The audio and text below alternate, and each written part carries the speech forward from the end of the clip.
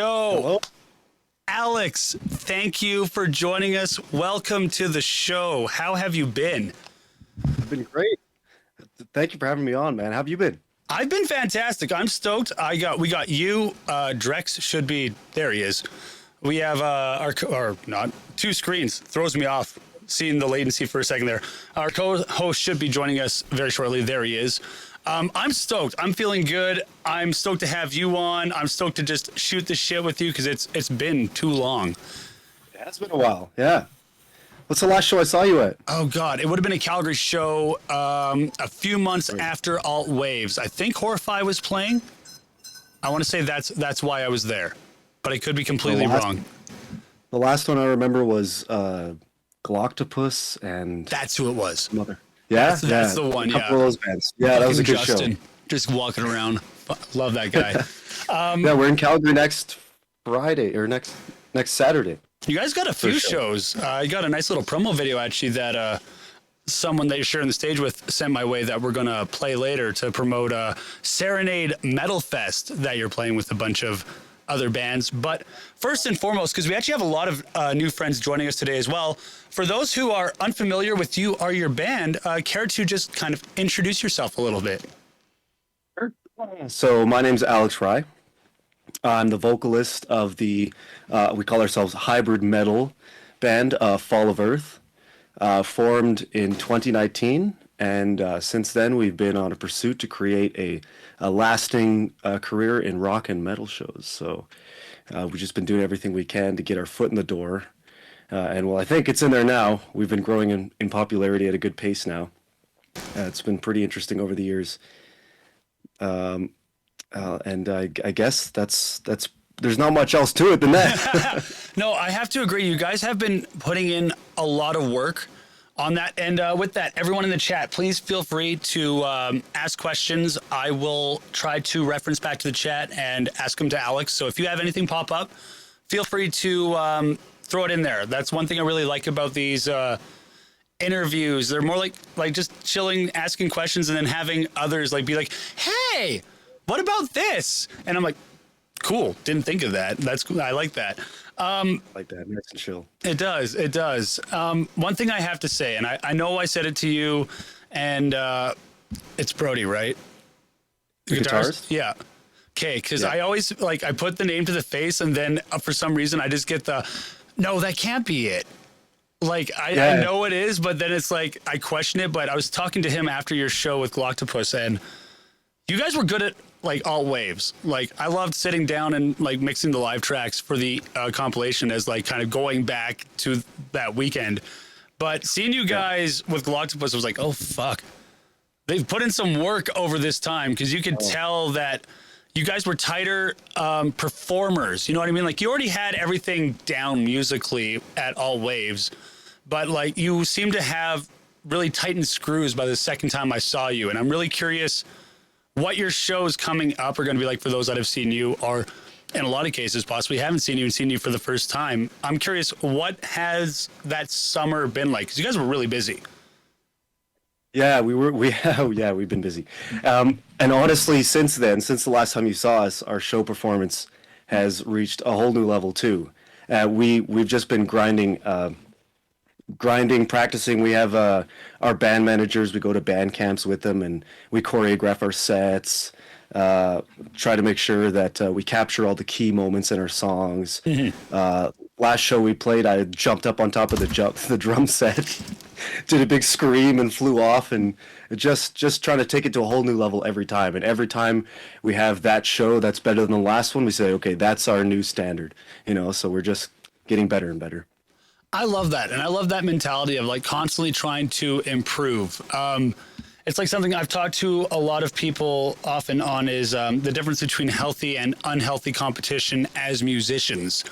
And looking at yourself in your last performance and the standards you're setting for yourself, that's a form of healthy competition. As long as you're not really getting down in the dumps and really shitting on people outside of the means of what's practical. And it works well when you put in the right aspect and the right mentality. And through watching you guys, you can definitely tell it's working. Like I said, I'm curious to see like, I don't know if I'm going to have the pleasure of seeing you guys in February, but when I do get the pleasure of, no, I am. I'm working sound for you guys. That's right. That's right. February Which 24th. one? February 24th. Dickens? Oh, Medicine Hat, yeah. Yep.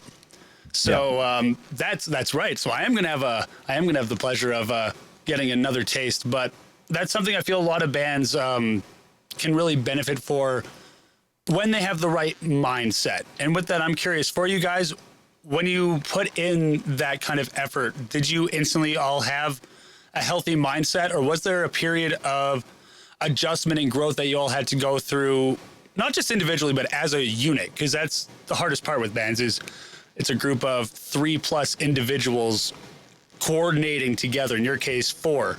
So I'm curious, to get that dynamic you have now, what was it like building that?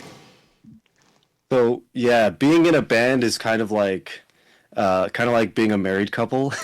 we spend almost every day together, and I could see how that could get to some people. And this may be, you have to stick through it till the very end, and you'll actually find that you'll probably get stronger and more connected than before. And we all love each other like brothers. So we never really go into anything with a negative mindset. I mean, I think that's completely pointless. So for every show that we go to, we just say, have fun, do our best, and if it's good, great.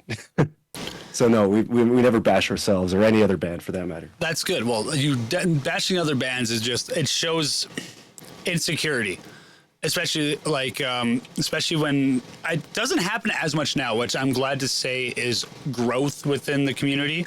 But say go back 8, 9, 10 years, there were always the guys in the back just kind of unimpressed by everything that wasn't their niche. And I'm glad that we're getting past that, where even those guys are starting to open up and realize there's more to what everyone's doing than just their style, and the growth of the community is much more important.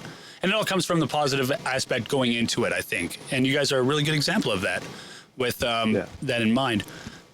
For you as a vocalist, when did you start with that? Is it something you've always kind of done? Was it something you just sort of happened to pick up on and then work on, or has it always just been something you've done? It was basically something that I just kind of enjoyed doing in my car or wherever I was, really just growing up.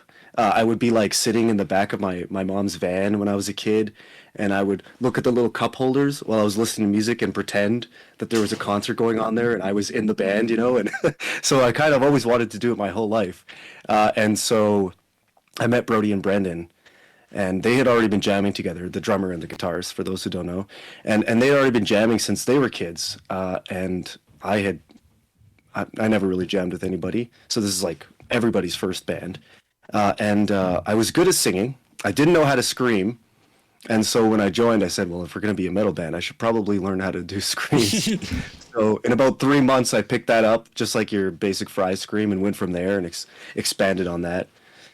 I'm curious then, because that's really cool, like hearing how you started with cleans first and figured that out and then went into screams, because in my opinion, that gives you a bit of a leg up going into it, because as a clean singer, even if you don't know what you're doing, you're kind of learning how everything's working, right?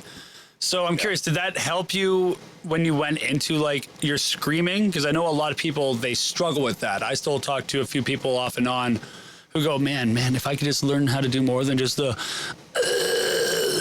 and it's just like, oh man, the fact that you can do that's like a good first step. Now you just got to learn how to harness that like that fry that you got there. But for you, did you find it easier to project and create more of a sound off the hop, or did you still have like hurdles at the start that were hard to get over? So interestingly, in grade 8, this is way before I joined this band, anything like that, obviously, I actually learned how to do Tibetan throat singing. And that crossed over heavily into screaming because it's very false chord activated, the whole that kind of thing. So I really knew how to just kind of work my way around my voice, and then learning clean singing, of course, helped too. And I guess From what I've heard, most people say that fry scream is harder to learn. So I guess I learned the hard part first, and then worked into like false chord, and worked my way back down, I guess, pretty much. So, and then from there, I had both levels of screams. I had the false chords and the fry screams, kind of mash them together, experiment. Basically, just sitting in my car for endless hours of the day, experimenting. That's awesome. And also, it's crazy for me because I kind of started the same. Like, I figured out fries, like, that was the easy one for me. And then it took me years. Okay, I just had to be sure. But gutter rolls are like, because fries I found easy, false chords I found easier once I figured out fries. But gutter rolls, those were like, or anything in that like Randy Blythe, that took forever for me to figure out. How about for you, like as a vocalist, how much are you working on your art with that in mind? Because actually, first off, I just have to say I'm blown by the Tibetan like throat singing. That sounded great just for like a few seconds. That's in our song. Yeah, that's in Fall of Earth in the beginning of our self-titled album. The album song Fall of Earth is I do throat singing in the beginning of that. Okay, well, I'm going to have to go listen back to that at some point with a bit more of an ear because that's really cool. That's a skill I think every vocalist says that at some point they might want to learn and puts a little bit of effort in maybe, but aren't able to do it as, I'm not going to lie, that was solid. That 1.5 seconds, I was kind of like, you could just go for like another 10 and I'll just sit here in amazement. Yeah, I actually learned a bunch of songs like in the native Tibetan language and stuff just because it was fun. But I think that Tibetan throat singing is way more reserved. It's certainly not as loud as like some false chords. So I guess I could see how it would be hard to do that, to kind of pull back from that typical false chord screaming. Almost to the point of a fry, because I know a fry is a very reserved type of scream. Yeah. But as for gutturals, the way I kind of learned how to do gutturals was I was just like, make your scream low. A lot of it screaming is mouth and tongue placement. So I do this very specific 2 types of screams where I put my tongue on the bottom of my teeth like this, and then I go. That's how I do that low guttural-y kind of scream, and it works very well with high screams too. I'm gonna see if I can even try to do a high with that. Oh man, I think your noise suppression might be on because the two times you went to scream, it was like, no, we're gonna cut out right at that because I'm waiting for it, and it's like, fuck you, Discord. Yeah, there's like a Discord thing in the settings where they usually have their auto noise shit. It should be off. Let me try that again. Okay. All right.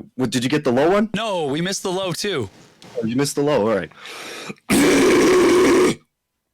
So that's the low. Filthy. You got that one? Filthy. Fucking filthy. And then the high is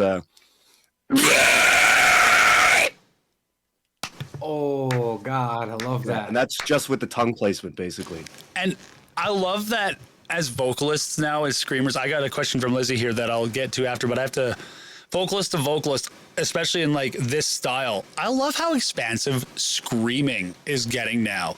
Like it's no longer back in the mid 2000s where you were lucky if you had someone with a good one.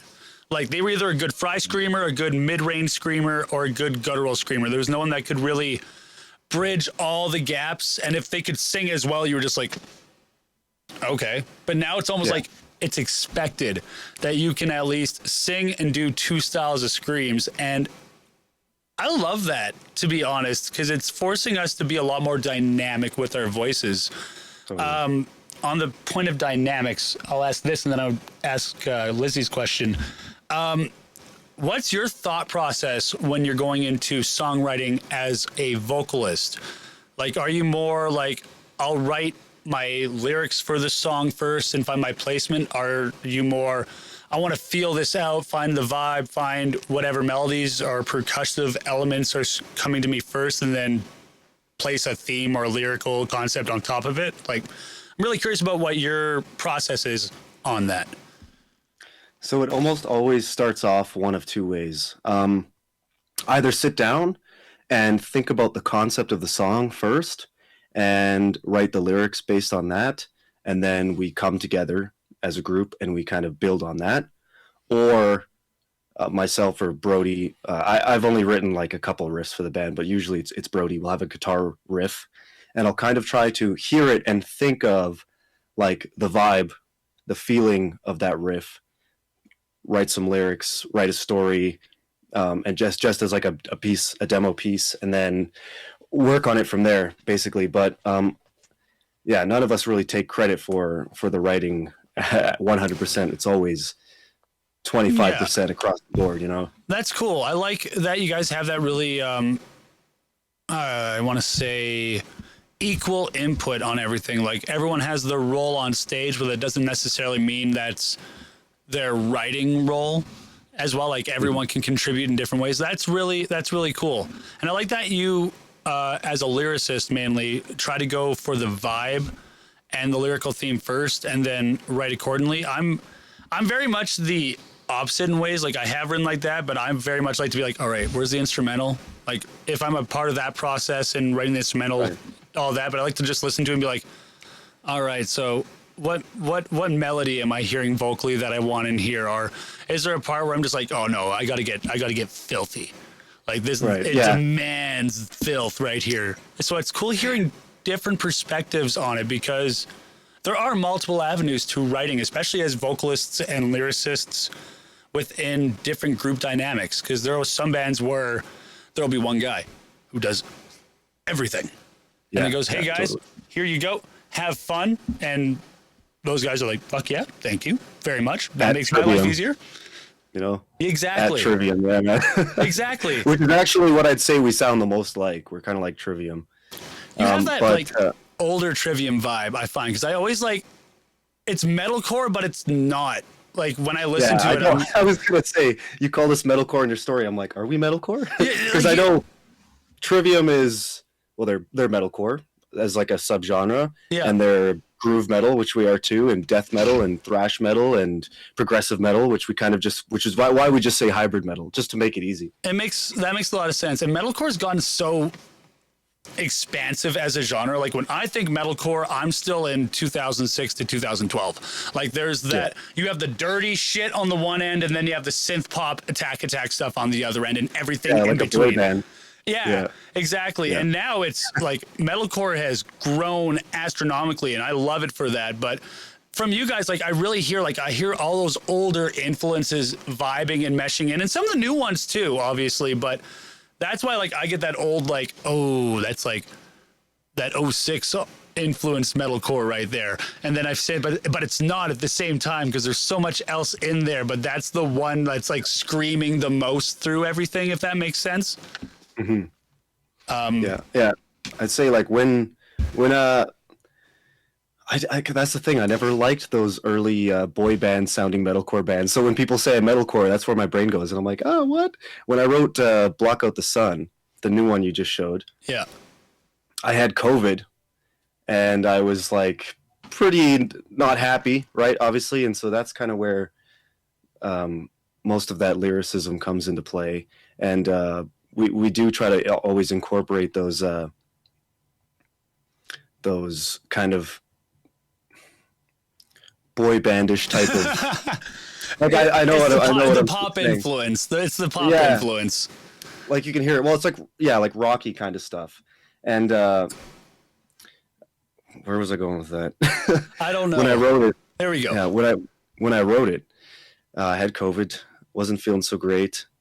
And I've just thought to myself, like, I'm going to write something really, really sad and sappy. And then halfway through writing it, you can even hear in the lyrics where I kind of changed my mind, basically around the chorus. I was like, but that's not how I feel inside, you know, like deep in my core, I'm a happy guy. I'm very positive. So I wanted to make it uplifting. So I decided right in the chorus, it says, I'm sad, but we all need to work together, lift each other up. And so that's sometimes where I think we differentiate from metalcore bands in lyrics, because they're always so sappy and boy bandy, you know?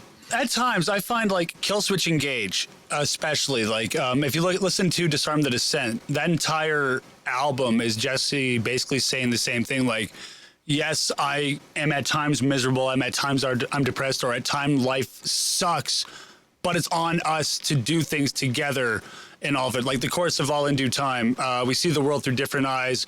All into, I hate that as a singer, I remember things better singing them. You ever have that sometimes? You're like, I forgot the lyrics. Wait, let me sing. All in due time, see the world through different eyes. Yeah. So, Yeah, 100%. and I love that message. And another thing I like about modern metalcore, before I go into Lizzie's question, is I think now as just metal and genre, like all of this alternative stuff, I like that there's a subsection of us that have just humbled out and accepted that all music is music and all influence is influence. Therefore, if we use elements of pop music, it's not dirty. There are actually some really good songwriting, like some wicked songwriting happens in those genres. It's just not the person whose name is plastered on the album. That doesn't mean there's not good songwriting. And a lot of people are now taking influences from everywhere, especially bands like Electric Callboy, like how they blew up out of nowhere. Like they are definitely the whole happy music when everyone's down and needs like a pick me up, and just rode that wave. And I love it. A really weird one is Between the Buried and Me. They make shit from every genre. They're crazy. all over the place. They're all over the place. Lizzie's asking, if you lost your ability to sing or scream, would you quit music or would you just learn a different instrument? Well, you could probably see my mini All the guitars in the back. Yeah, I'd probably just play rhythm for the band or something. Yeah, I wouldn't quit. No, I love music. It's just the most amazing thing, really. So no. I love that. And speaking of all the guitars, when did you start playing that? Was that around the same time? Did you pick it up more recently? Because that is a nice collection back there. You got some nice axes. Yeah, I got an acoustic, a bass, 2 6-string electrics, and a 7-string Agile. I love that thing. I've been playing guitar way before I started singing, really. I've been playing guitar since grade 6 or 7. Yeah. Oh, shit. What got you into that? Well, my dad's always played guitar. He owned a music shop, in a band, a whole thing. So really got influence from him. That's cool. That's cool. I find familial influence in that is always really cool to hear, because everyone can kind of like hear a band or a riff and be like, that's really dope. But it's almost cooler to hear like music living on through family, like in some way, shape, or form. Like if I had a cousin or a kid, whether they picked up a guitar, a bass, or a drum set, if they ever came over and went, yeah, I'm gonna go play this, and be like, yeah, let me go find a patch cable and plug you in. This is cool. Let's I sure feed the hope beast. I hope that my grandkids or whatever listen to my music and get inspired to create as well. So, Hell yeah. Is there anything else that you really do outside of Fall of Earth? Because you guys are really busy. So, like, aside from doing vocals, do you hold any other role within the band, I guess? I do like pretty much all the social media content. So all the videos and stuff that you see online is mostly my work. We all do a lot outside the band, where there's a lot of networking, a lot of talking to people, because we got music videos and this and that going on, planning a tour and whatnot.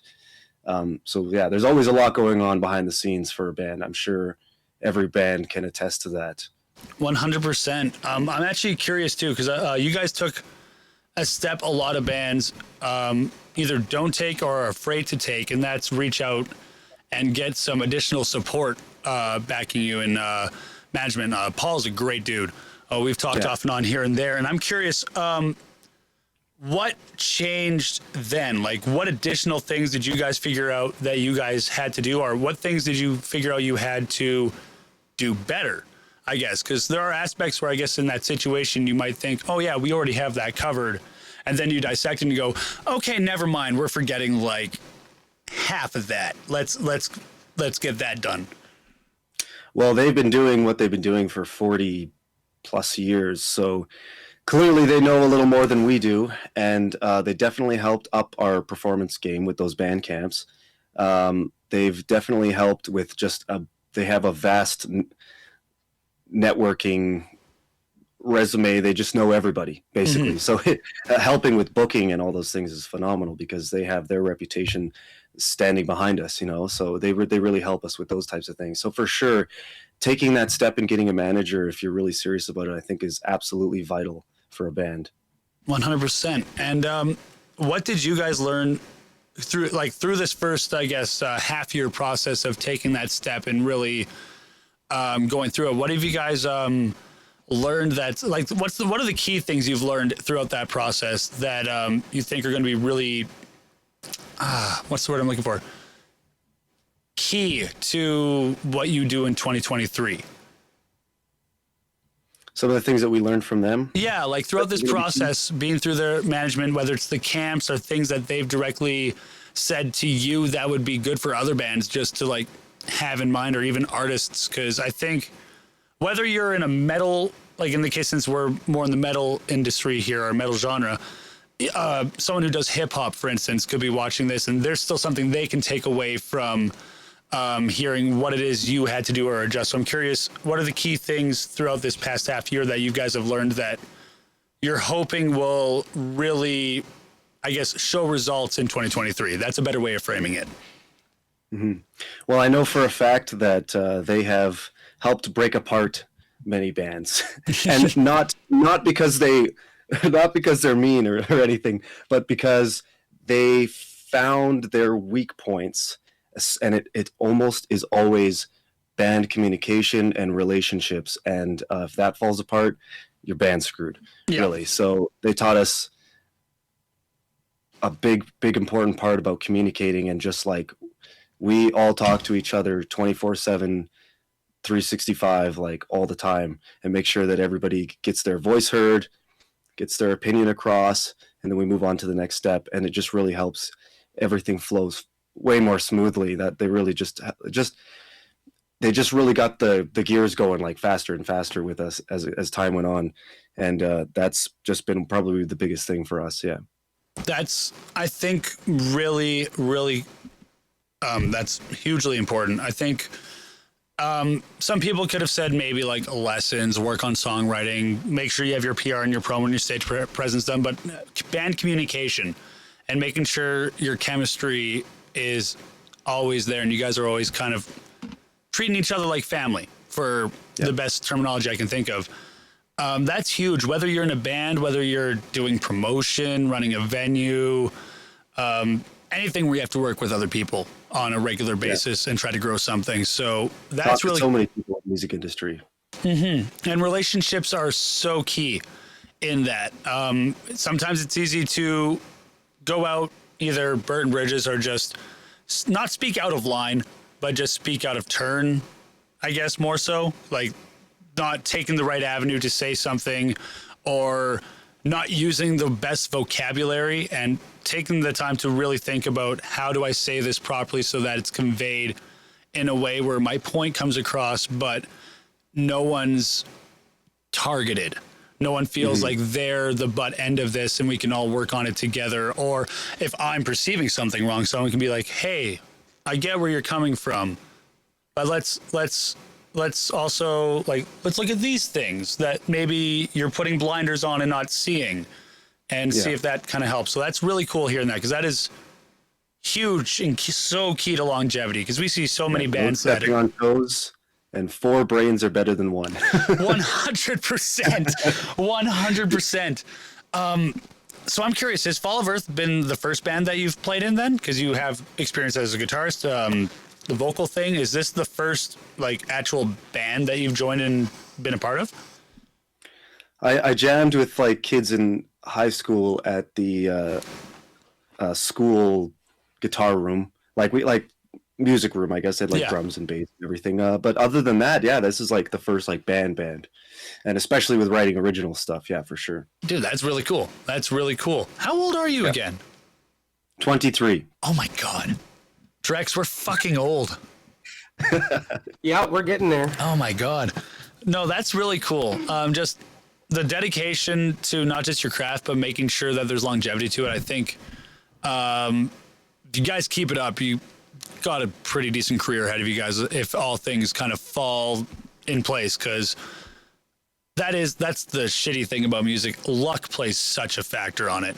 You guys can put in all the work, and then it's just whatever happens, happens. And I hope in your guys' case, the dominoes fall in the right trajectory. I'd like to see you guys get to a point of like Arrival of Autumn, which to me still, I love the fact that there's a band from Alberta that we can say is signed to Nuclear Blast. We can be like, Yeah, we have so- homies representing. They're awesome guys. Yeah, I'll be seeing them soon because we're gonna go play in Grand Prairie. Yeah. What are some bands in the scene that you guys really love playing with? Because you've played with a lot of bands over this past 365 days. Yeah, I was just wearing their shirt, but I changed it out for Tool. Misplaced Intentions is an awesome local band. They're such nice guys. They're like rock metal. The vocalist reminds me of Kurt Cobain. He said he loved that. That's awesome. But they're super cool guys.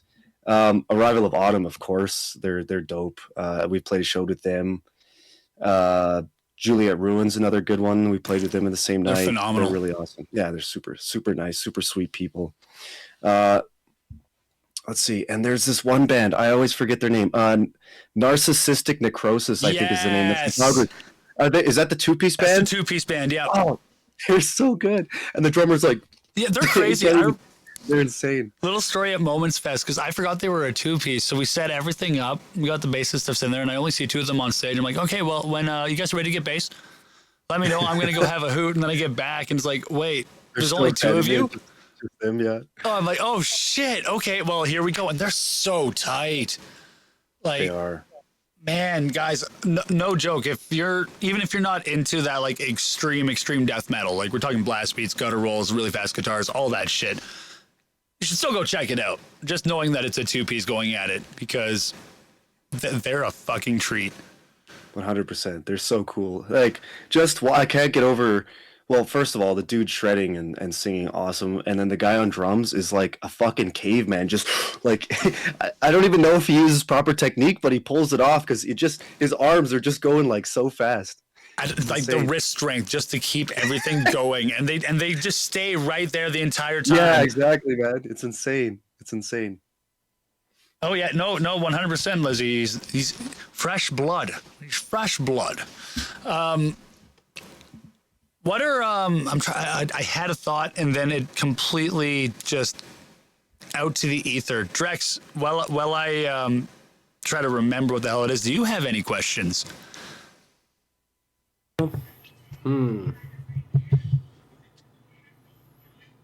What's something you find hardest about writing original lyrics these days with all these bands out there? I don't really find it hard writing lyrics because I think I have a lot in the chamber right now. I just word vomit everything out onto the keyboard, and I write songs like at least a song a week, basically. And if it's not good, like I'm not saying I'm going to use every song I write. Yeah. I only pick the best ones, but I can definitely write a lot of songs, so I don't find it too hard. I'd say sometimes the thing that I like to do is that I think I'm like, there's not enough like complex vocabulary, so that I'm like, I better go grab a thesaurus or something, or a dictionary or something, and look up some cooler words for the song. So that's like one of the hardest things, is just like making shit sound really fucking cool, and making sure that whatever I'm writing has awesome phrasing to go with the riff or whatever.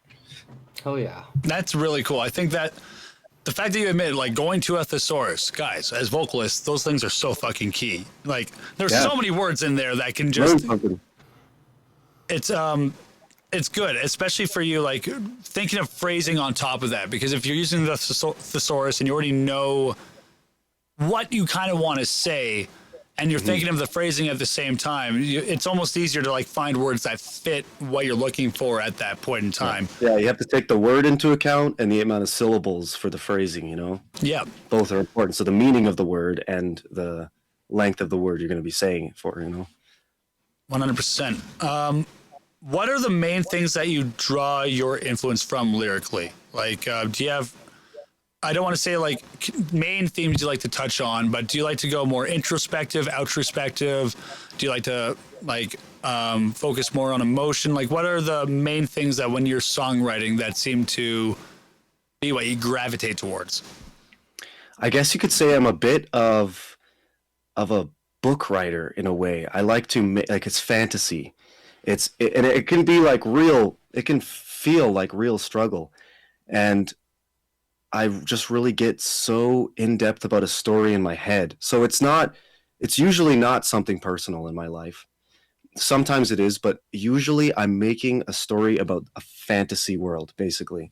And so that's where my inspiration comes from. I'm very creative. I guess you could say I'm a right-brained guy. I'm left-handed, very artsy in that sense.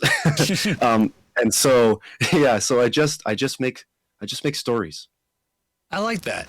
I think stories are they can be very interesting, especially with the way you guys write your songs, because they're not too long, they're not too short, but there's a vibe and something to be said through it. And the beauty of telling stories too is it allows a bit more of a audience perception to take its hold, because it can help reinforce that whole what it means to me may not be what it means to you. Yeah, exactly. I really dig that. Now I remember what I wanted to go back to. Alt Waves 2022. What was that like for you guys? Because for me, it's a blur. A lot of killer bands all killed it, and I'm loving that thing's going on year in and year out now. I'm curious what it was like for you coming to Medicine Hat and being a part of that. So that was my first time going to Medicine Hat to play a show.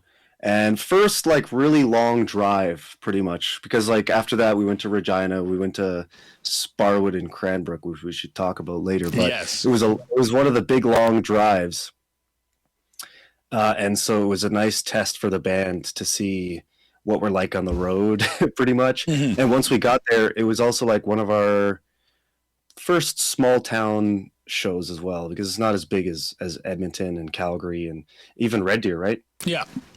Yeah. And so it was like cool because I love the small town vibes. I love it so much. I just want to play in every small town in Alberta because people are so nice there. They're so kind and welcoming. Not the city people aren't, but there's more assholes. And so getting there was just super cool, beautiful town. And then once we got in there, I was confused because everything was outside, and I was like, "Huh?" there was the outside stage, and then there was the inside stage. And getting to meet all those awesome bands was probably one of the coolest things. Unfortunately, we didn't get to see Arrival of Autumn play there. I think they played the day before or after us. I'm trying to think. You guys were day 2, so yeah, I think they wrapped up night. Yeah, they wrapped up night 1. Right, and it was so interesting. I have a question.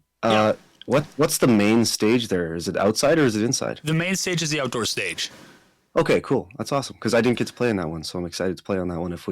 That's probably where we'll play when we come next. It's cool. It's shifted a lot. Like the very first year when I was the head organizer in 2015, I was one of 5, but I was one of those years where I definitely took on way more roles than I should have, just because we only had so many people. It was a single stage outside at Eckodale. It's a wonderful area, but it's really hard to get to. No public transit whatsoever. And it was in 2015 during those Montana fires. So outdoor single stage festival with smoke. We lost about $20,000, and it took a while to pay that one off.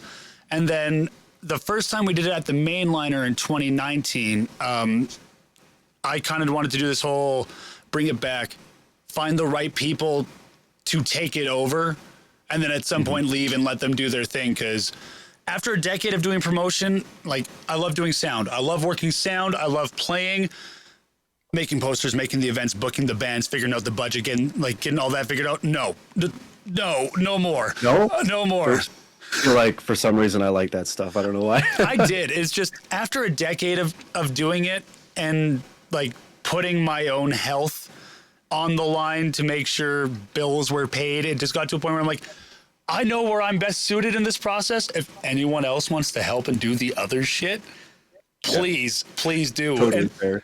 And then Keith and all of them took over. In 2019, we had the Corona, which was the venue next door.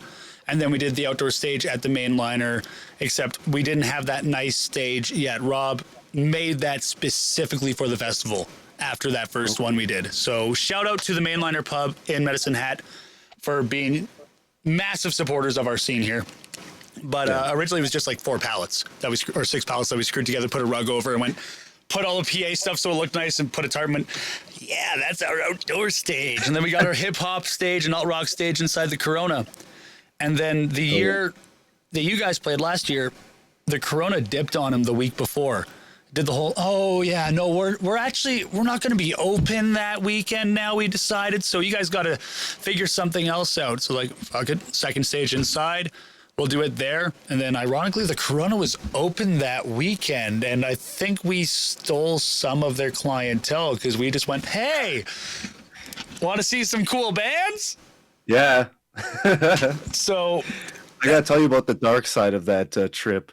Afterwards, we basically just said, screw it. We're just going to sleep in the van. Oh, no. Which was the worst idea ever. And then after we got back, a bunch of dudes were like, why didn't you just say something? We would let you stay at our place. And we were like, shit. Dude. Because we were like, we just won't get a hotel. Slept in the van. It was a little cold. Yep. But the chairs were not comfortable. And I basically did not sleep that night. I sat outside, swigged some Fireball, and I watched all the deer walk around the neighborhood. If you guys don't already have a place when you come down, I have space here. You guys are welcome to crash. There's floor space. I have a blow-up mattress, a few hide-a-beds. Yeah. That'd be cool. I don't know if we do have a place yet, but that'd be awesome, man. I'll keep that in mind. Thank you. No problem. I'm stoked to have you guys back down. What was it like playing that stage? Because it was really interesting from my perspective working it, because I had the hip-hop side night one, and you could tell some people were there for the hip hop, but a lot of people were really there for Arrival of Autumn with Conviction and all the guys that were playing the main stage that night. And I'm hoping maybe can divvy it up, give the more hip hop guys not a better time, but find a way to make sure that there is also a better crowd for them. But when we got to you guys, man, the room had started filling in because Silly Bike had performed and just not only killed the set, but also killed the drum kit briefly, which was hilarious. He actually talked to me at Moments Fest briefly, but before their set, he's like, hey, man, just want you to know, don't worry, I ain't going to break it this time. And I just giggled and gave him a pat on the back, being like, dude, don't even fucking worry about it. Ain't my kid. Yeah, that was an interesting stage, to say the least. It was kind of like a weird setup, but it worked. It worked great. I can't remember.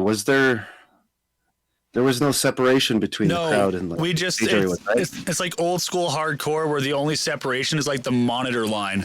So if you cross the monitor line, you can now just you're one with the crowd, which which I guess for Keith and myself, we grew up in the hardcore scene, or that was where we first got into it. So we're used to being all right, so maybe there's a little 2-foot thing by 4-foot thing on either side.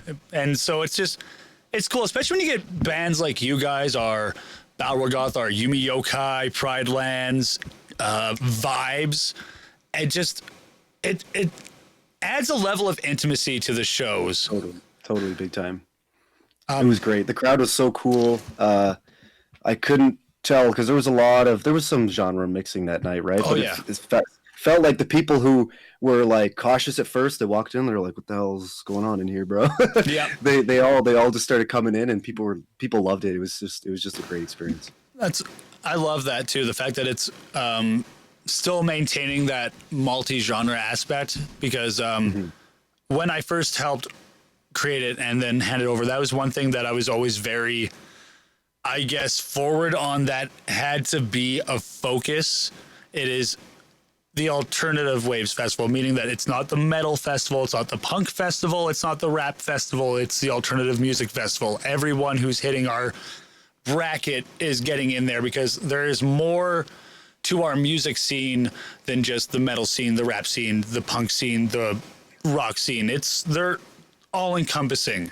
There's crossover in so many different areas now. So I love that that's growing, not just here, but I feel a lot of places are really growing that aspect where you're seeing more diverse shows. Even if it's a metal show, it's not all tech death or all metalcore or all thrash. There's other hints of other elements thrown in there throughout the night, which I really like nowadays. Yeah, in Calgary, the last time we played in Calgary, it was a total genre mashup. The opener was a 3-piece acoustic, and then a harmonica and just some singers doing their thing. And then Next up was like a psychedelic rock band, and then like a rockish metal band, and then us just like doing our heavy set or whatever, Yeah. playing It ramped right playing up. metal. Yeah, so it was just like boom, boom, boom, boom, and people liked it. It was cool. It keeps people from getting fatigued. Like I enjoy my heavy music, but even after a few hours, like it can be a bit much. Maybe I'm starting to get old. I don't know. I was gonna say I couldn't disagree more. No, No, and it's love it. I love hearing diversity now. Like a decade ago when I was getting into it, and no offense to all of these bands because they were all still really fucking good. But there was a lot of like thrash and death metal and like variations of that, or like your Lamb of God inspired bands. And I love that stuff. I do. But I can only hear so many variations of it before I'm like being like, do you guys listen to anything other than those guys? Yeah, And so Yeah. I like that things are now at that point where you still have those bands because we need those bands. They are important, but we're seeing other styles get more recognition as well and more of this shared platform. You brought up Cranbrook, and now I'm interested. yeah. So we just got back from Cranbrook. I guess it's the start of our tour, pretty much. Yeah. We just had like some weekend shows, and then like the big long tour, then a little break, and then another long tour, and then a break, and then a couple other shows. So it's like basically like a 3-month piece tour. Okay. Many more dates to be announced. We just announced like the first leg of the tour, basically. But we went to Cranbrook, BC. First of all, the drive there was like we almost died. Dangerous. Blizzard from Calgary and onward, like out past Okotoks and whatnot. And then by the time we got to Cranbrook, they from 9 a.m. it started snowing there, and then they just had like 4 feet of snow or something. It was insane. But we had a great show, like a seriously awesome, successful show there. Again, small towns, they're just amazing people. They want to come support. Like everyone in their damn neighbor hears about the show, and it's so cool. It's so cool. And they gave us a nice fancy hotel. It was really cool. And then the next day, you guys in your bathrobes just living the high life. I was like, oh man, look at them. Yeah, it was a good time. And then the next day we went over to Sparwood, and this was just probably my favorite show I've ever played. And it was just 40 people, not a big show by any means, but it was a youth show for children 12 to 18. They got to come for free, and they got to watch, for many of them, their first ever metal show, and for them, or their first show in general, actually. And we played our hearts out for them. A lot of them seemed like they didn't know how to act at first because they'd never been to a show. It's like they all sat down. It was optional. You could sit down, like as if they were like a teacher was telling them, like, sit down, give them all your attention or whatever. And they were so polite. But then after a while, they started getting into it. They start headbanging, running around and stuff. And playing for kids was just the coolest thing. And, it feels a little more lighthearted. I'm just like joking more on stage and stuff.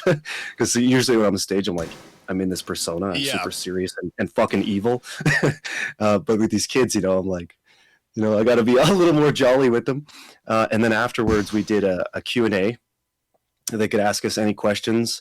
And then we talked about goal setting, and how to achieve goals, what it's like to be in a touring band, and what success means, and just educate the kids on to follow their dreams, basically, because that's what we're doing, really, at the end of the day. And I don't ever mean to feel cocky or like say things that sound cocky in any way, but they just looked at us like they were rock stars, and it was so cool. It was so cool. That's really cool, and that's, if I can remember the thought that I'm keeping in my head to talk to a few people about, that reignites something I tried doing, I wanted to do a while back. But the more important thing is the fact that you guys took that time to actually go and speak to what's going to be the next generation of either musicians or music listeners or all of the above, which I think is really important. The lack of all ages venues in a lot of areas, I feel, was really shitty in not allowing that outlet for the younger generation. So I like that. Thanks to COVID. Yeah, well, even before COVID, we lost all of our all ages venues in here in Medicine Hat by 2012. because they wow. simply did not want to deal with someone getting hurt. That was their thing.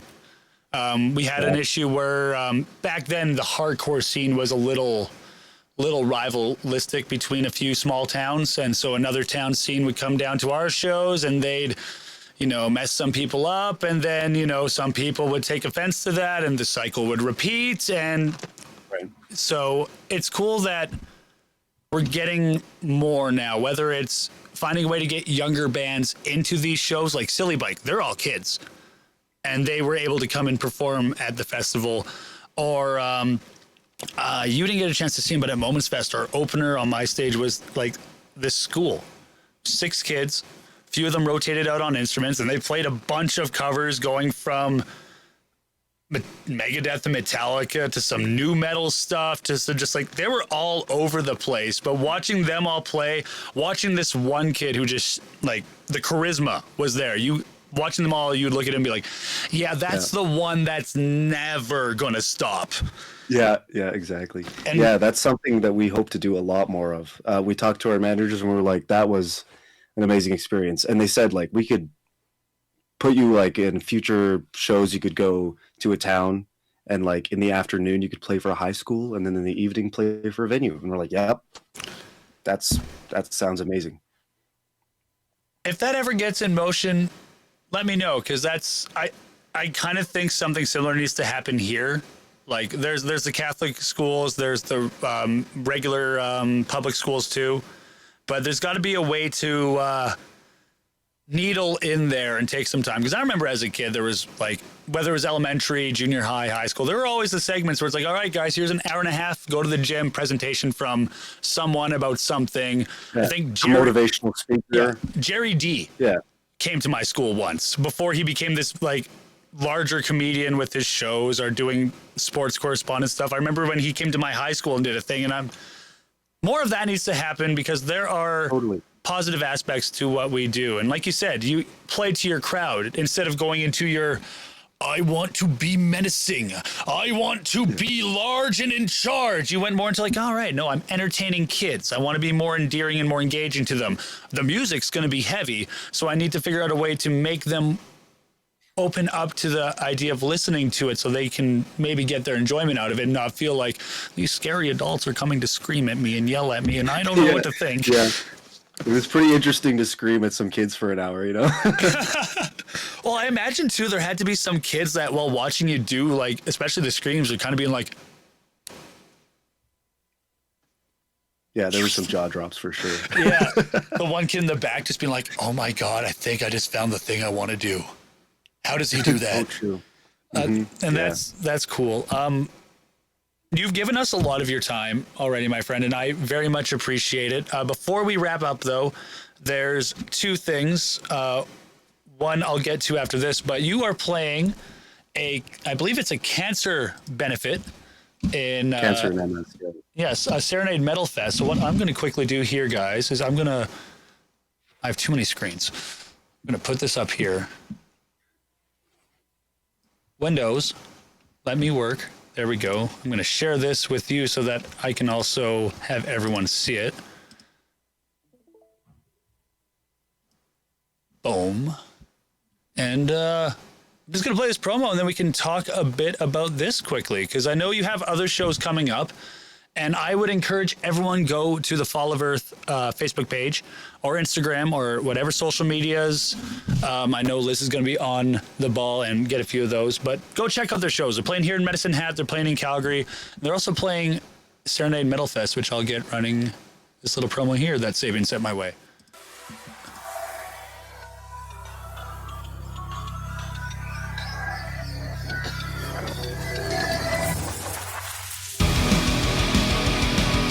Take this time to have a quick commute.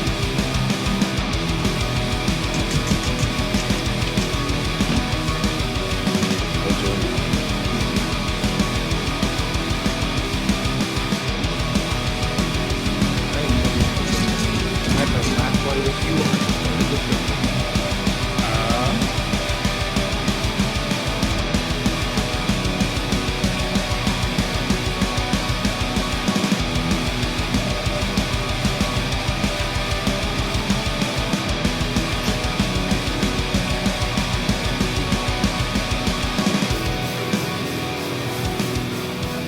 I'm just going to freeze frame that right there. Go back to this gritty view. Yeah, so how stoked are you to play this? And because it's for a good cause. It's funny. I have a few friends that were messaging me about 2 weeks ago, being like, "Oh man, like I want to come down to Medicine Hat, and I want to watch you fill in for Caliber, but I also want to go to the Serenade Metal Fest and check out all that." And I'm like, "You're going to Serenade Metal Fest. It's for a way fucking better cause. You will see all of us performing another time. I hate to say it's another show, but it is another show. I will 100% say this is the thing to go to if you can. But what are your thoughts on this? Like going into this show, like.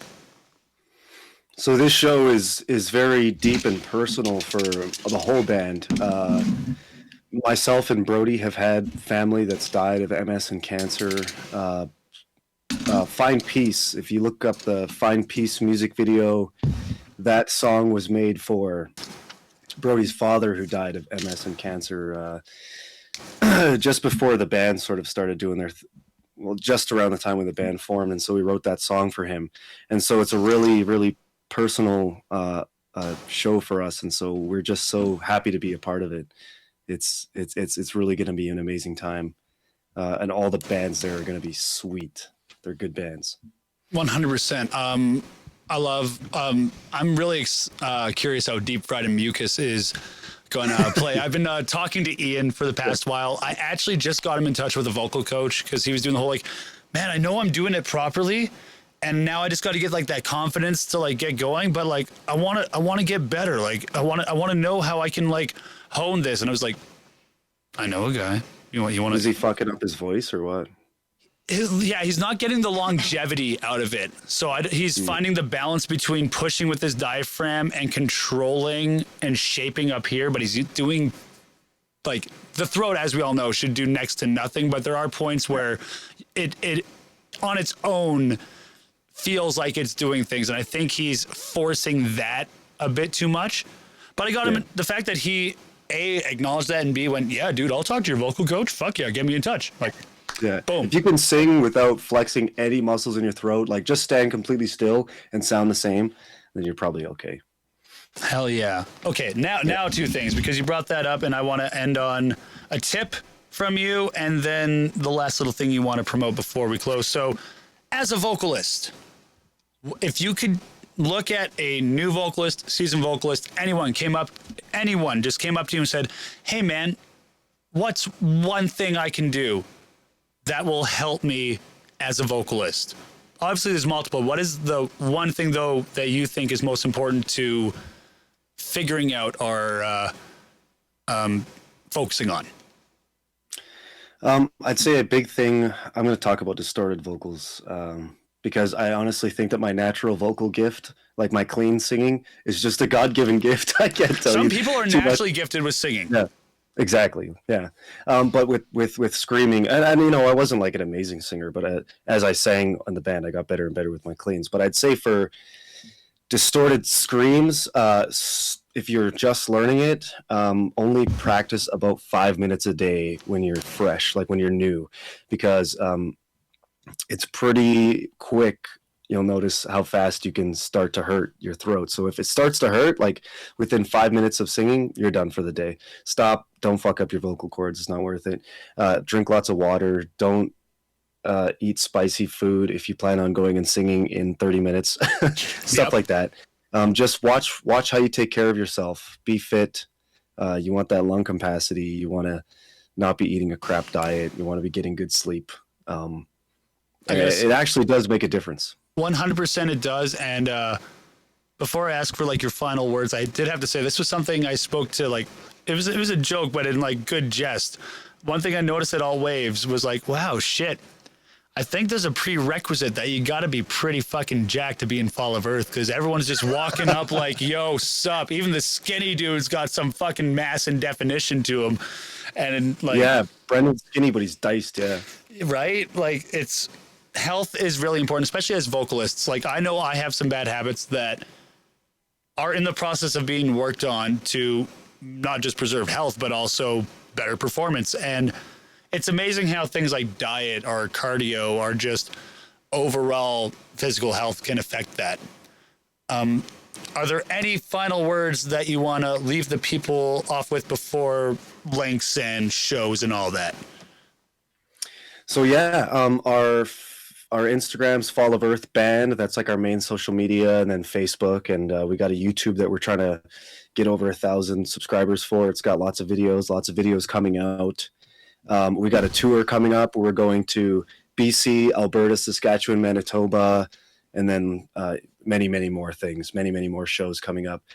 And then lastly, what was the last thing? Oh yeah, probably the most important thing. We have an entire new album coming out in April. I can't give you an exact date yet, but we do have a show for that in April that you probably want to come see in Edmonton. Is that the one that'll have a track I do believe is called The Dead and the Soon to Be? And that also comes with a music video. Yes, that is off album 2, yeah. Little snippet for you guys. I don't know if I've heard the final master version, but I definitely, while working on the compilation, may or may not have gotten my hands on a version of it. And you guys are in for a fucking treat when that comes out. If you want to hear the song before the album and see, hear how they played it live, there's a compilation you guys can check out.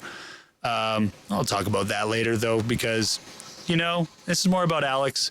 Thank you for being here. Thank you. Being a part of the show. Yes, I want to have you on. No problem. And like I said, if you guys don't have a place to stay, hit me up. You guys are more than welcome here.